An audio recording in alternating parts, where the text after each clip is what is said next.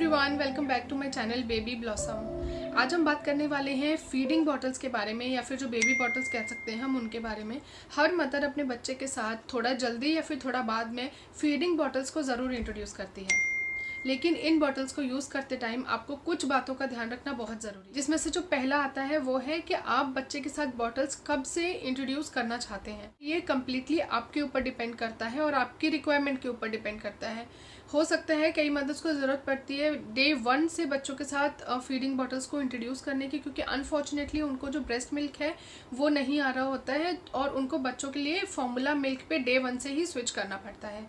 जो दूसरी कैटेगरी होती है वो ये है कि स्टार्टिंग में जो इनिशियल डेज होते हैं 2 3 4 महीने, तब तक तो जो मदर्स हैं उनको ब्रेस्ट मिल्क प्रॉपर आ रहा होता है, लेकिन लेटर ऑन उनका जो ब्रेस्ट मिल्क सप्लाई है ड्यू टू सर्टेन रीजंस वो ऑटोमेटिकली कम हो जाता है। तब उन्हें फॉर्मूला इंट्रोड्यूस करने की बच्चों को ज़रूरत पड़ती है। एंड ऑफ कोर्स आप फॉर्मूला बच्चे को फीडिंग बॉटल्स में ही दे सकते हो, तो आपको फीडिंग बॉटल्स पे स्विच करना पड़ता है।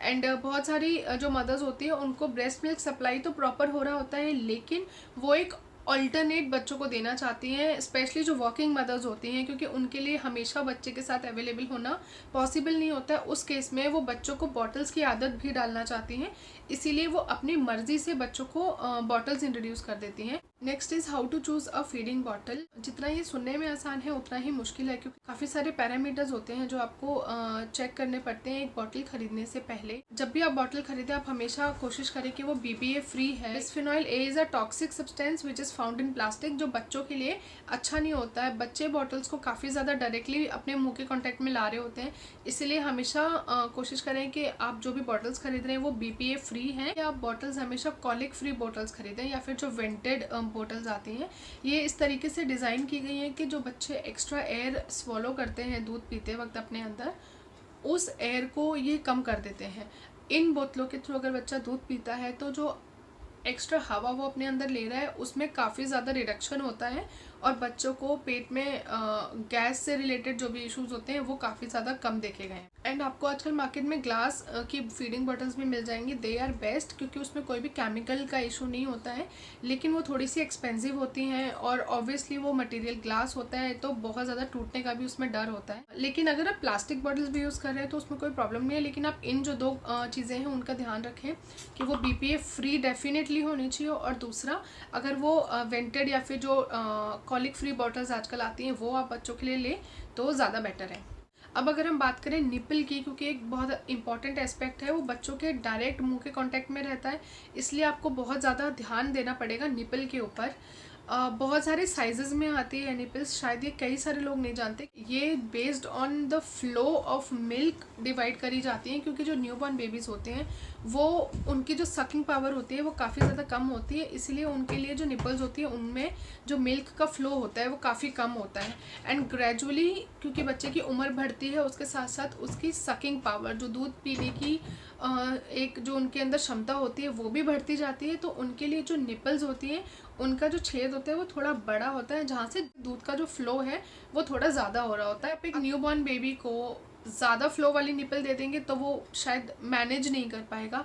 वहीं पे अगर बड़े बच्चों को, यानी कि जो 5-6 महीने के बच्चे होते हैं, उनको ऐसी निपल आप दे रहे हैं जो न्यूबॉर्न बेबीज़ के लिए बनी है, जहाँ पे दूध का फ्लो बहुत ज़्यादा कम है, तो वो दूध खींचते रह जाएंगे और बहुत जल्दी थक जाएंगे और फाइनली वो बॉटल को लेना ही पसंद नहीं करेंगे, वो बॉटल को रिफ्यूज़ करना स्टार्ट कर देंगे। अपने बच्चे की एज के हिसाब से निपल्स को चूज़ को बॉटल्स को हर एक यूज़ के बाद स्टेरिलाइज करके ही रखना है, क्योंकि उनमें इतने ज़्यादा बैक्टीरिया डेवलप हो जाते हैं। फिर अगली बार जब बेबी उससे फीड लेगा तो वो सारे बैक्टीरियाज बेबी के मुंह के अंदर जाएंगे, जो उसकी हेल्थ के लिए और उसके हाइजीन के लिए बिल्कुल भी अच्छा नहीं होता। उसके लिए आप कोई भी मेथड यूज़ कर सकते हैं, या फिर आजकल जो मॉडर्न मदर्स फॉलो कर रही हैं जो स्टेरिलाइजर्स आते हैं वो यूज़ कर सकते हैं, या फिर जो ट्रेडिशनल तरीका है कि एक पतीले में आप पानी में बॉटल्स डालें और उसे बॉईल करके बॉटल्स को अच्छे से स्टेरिलाइज कर लें। तो ये चीज़ बहुत इंपॉर्टेंट है कि आप बच्चों की जो बॉटल्स हैं उनको अच्छे से साफ़ कर रहे हैं, क्योंकि नॉर्मली ये प्रॉब्लम होती है कि जो नॉर्मल बर्तन साफ़ करने वाला ब्रश होता है वो बॉटल्स के अंदर नहीं जा पाता, तो उनके लिए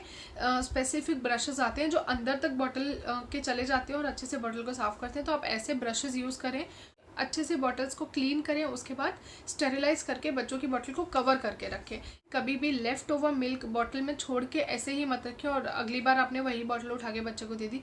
ये बहुत ज़्यादा अनहाइजेनिक है और बच्चे की हेल्थ के लिए ऑन अ लॉन्ग रन ये अच्छा नहीं होता है। अगर आप बार बार बच्चे की बॉटल्स क्लीन नहीं कर पा रहे हैं तो आप 2 से 3 बॉटल्स रखिए। वो दिन भर में सारी बॉटल्स इकट्ठी करके रात में एक बार स्टेरिलाइज कर लीजिए, वो चलेगा। लेकिन आप एक बार की यूज़ की हुई बॉटल ऐसे ही रख के दोबारा प्लीज़ बच्चों के साथ मत यूज़ कीजिए। न्यूबॉर्न बेबीज़ होते हैं, उनका इम्यून सिस्टम इतना स्ट्रांग नहीं होता है to deal with any kind of infection. तो आप एवरी यूज़ के बाद प्लीज़ बच्चे की जो बॉटल्स हैं उनको साफ़ करके रखें ताकि उन्हें किसी भी तरीके का इन्फेक्शन होने के जो चांसेस हैं वो बहुत कम हो जाए। अब जो अगली चीज़ आती है वो है कि आपको कब निपल या फिर बॉटल रिप्लेस करनी चाहिए।